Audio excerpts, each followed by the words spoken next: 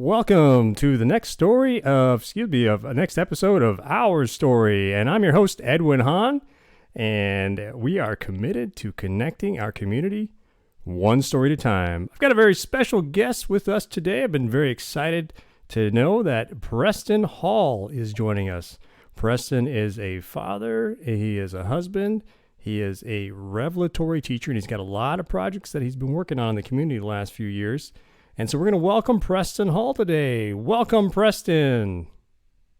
Thank you, Edwin. It's good to be here. Thank you, Preston, for taking some time to share your story with our story. So tell us just a little bit about what you've got going on and some of the projects you're working on in the community and some of the things that you've been dwelling on. Go ahead, Preston. Yeah, thank you. Well, one of the things we've been trying to incorporate into the community, interestingly enough, is silence. And so we've been meeting, started downtown before the whole pandemic hit, and we would meet together for 20 minutes of silence each week. And it's a small group, it's still getting started, but we'd see new faces every week. And one of the reasons why we do this is because in our world, obviously, there's so much information and distractions thrown our way. When we can be still, something powerful begins to happen deep within us, and especially in a community setting. And the testimonies from that have been awesome from those who participate. So, wow, to think that silence can be beneficial in our busy culture, in our busy daily life, in our incredibly torn and stretched time that we have today with everything going on and with all the ways that different activities and different things to spend our time they pull on us. So share with us a little bit, Preston, about this idea of silence and what have you found as you've been practicing silence, or what are some of the benefits? What are some of the key takeaways from what you're learning in silence? Yeah, great questions. I recently saw this quote that said, all evil comes from people not being able to sit for 30 minutes. And of course, that's not entirely true, but you get the kind of idea behind it, that when we're not able to sit still, we're not able to be present and aware of the things that are really going on inside of us. We're full of outward information and output constantly coming at us. And something powerful begins to happen when you are able to sit still for at least 20 minutes and begin to get in touch with that deep essence of that thing that makes us who we are. And so for me personally, practicing silence and stillness has brought a depth of reality forth in my life and meaning that is, deeply profound and life-changing. And you usually hear it from the people you hang out with, like your wife and your kids. There's just something powerful that begins to happen when you live from a centered place that's not distracted or constantly moving in the wrong directions. So, Preston, you mentioned your wife and your children, and you've got a family, you've got a busy schedule, you're working. What has your family seen as you've practiced this silence, or as you've gone into these new ways of dealing with life, and you use this word being centered, but what has you, not just yourself, but your wife or your children, what have they seen as the fruit of this practice? Yeah, it's such a great question. They've seen a depth, especially my wife can probably communicate it the best. I think the kids are already present to life. And so when you're more present, that's one of the fruits of it. There's just a powerful benefit that you get to share together in connection. But my wife, definitely, I ask her from time to time, like, how have you seen me change? Get some feedback. How have you seen me change from this practice? And I'll tell you why that's important in a minute. But of course, she sees things the same way. You're more patient, you're more centered, you're more loving, more connected. And so what kind of fruit can go wrong with that, right? That's the power of life. But where that came up is a lot of people, when you get back to the silence dynamic, when you sit still, a lot of people think nothing is happening, right? You're like, I'm doing nothing. I'm stopping and doing nothing, there's nothing happening. When in reality, if you stick with the practice, something powerful is happening. And where I first heard this testimony was somebody practiced it for like 5 to 6 months, and they said the same thing, like, I don't feel like anything's really happening. And somebody asked them, ask your wife and kids. And so sure enough, he went and asked his wife and kids, like we just talked about. And they were just like, oh no, you keep doing what you're doing because something is happening. And it's so profound because it happens at such a cellular level. When you sit in silence, there are unconscious things that you're not aware of that are being healed, that are being integrated. And that's a whole other conversation, but that's just one of the beautiful fruits that comes from being still and knowing something at a deeply profound level that sometimes your own head is not even aware of. Well, let's dig a little bit into that because that is such a radical concept to think that something could change in our bodies, in our hearts and our minds by simply being silent and being still. Is it really that simple that we just need to stop and lock ourselves in our bedroom and just try to be silent with all the busyness and all the cars going by or the kids screaming or the the all of the instant notifications going off on our phone. What does it really look like to practice some of this silence? Yeah, well, you hit on a great paradox, okay? It is absolutely the most simple form of being in existence. And yet it's so hard. Why is it so hard, right?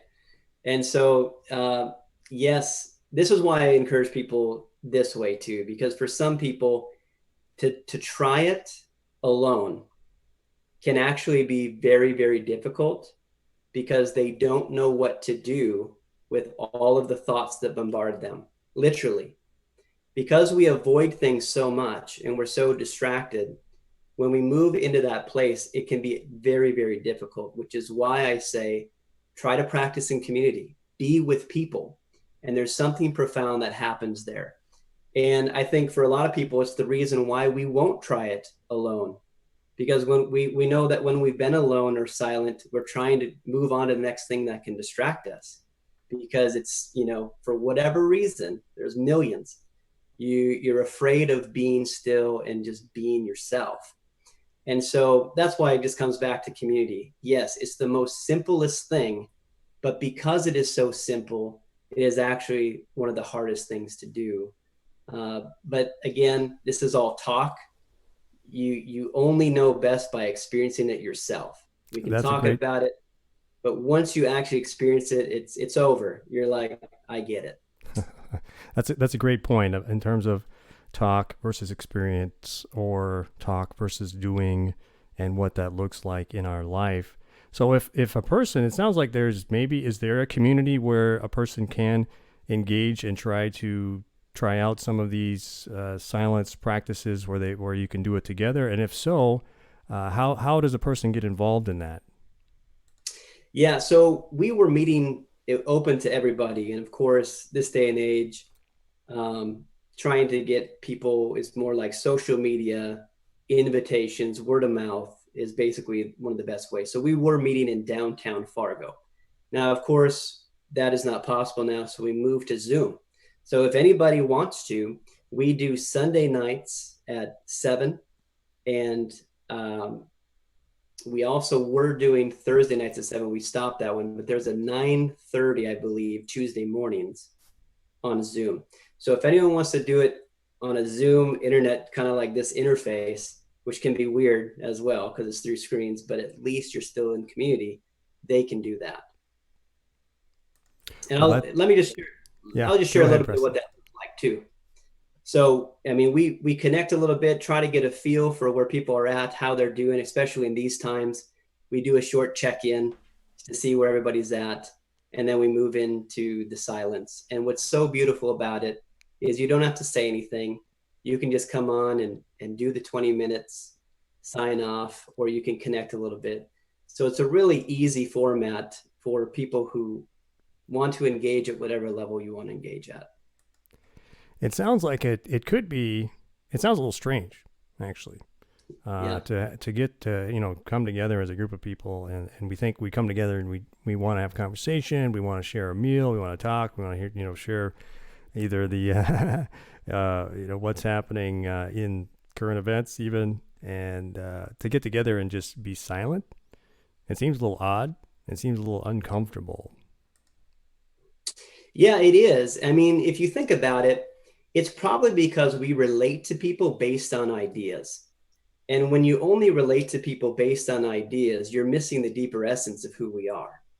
And so that's why silence is uncomfortable. I mean, it's common in culture when there's silence, somebody just nervously, well, how's the weather today? Like it just, people are not comfortable with it. But when you can recognize that it's awkward and move past it, the profound testimonies that come from people who gather in silence, again, speaks for itself. It is awkward, it is weird, but when you actually experience it, most people will tell you it is changing their life, because it's almost like we're connecting on a level that doesn't need to use words. You know how they talk about when you're in deep love, somebody's in love and you don't even have to use words? It's like that. It's like you're tapping into the essence of love, which is what this whole universe is built on, but what we've all forgotten. And so in silence, it's like we can actually touch that spirit. And when you know that together, it's a deeper level of knowing than me saying, I love you. Well, it's an incredible way to think and to consider that in silence, in stopping and being still, that we could potentially access something more than what we see, is what I'm hearing here, and potentially access deep love. Wow, that's profound, Preston. Well, Preston Hall, ladies and gentlemen, he is a revelatory teacher. He has a group that meets and practices the discipline of silence and rest in the belief and in the hope that he can connect in a deeper level of love. Ladies and gentlemen, we do thank you, Preston. We do thank you for being on the show today. I'll tell you what, I got just a couple more minutes left. I want to ask you this. You got an audience out there. You've got people listening. You've got an opportunity to share right now, especially with what's been happening in the community and what's been happening in nationwide. What do you have to say? What do you want to share with the community? Go ahead. Yeah, thank you. I appreciate that. Obviously, this is a time where we need to understand unity beyond the word unity. And I basically touched on how some of that is possible. So, my encouragement for people in this time with this information age, when we're constantly being thrown really good information that we should probably know, and then a lot of just probably opinions and whatever that that we're being thrown at, is to really understand that we are in the midst of a revolution of the likes we've never seen. And so it is okay to be confused. It is okay to be seeking, what's going on.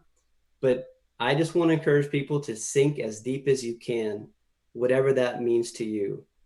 Even if it means only being silent for a minute or 2 minutes, or being still for whatever you can, try to touch into that deep essence of who you are, because it's there and you know it.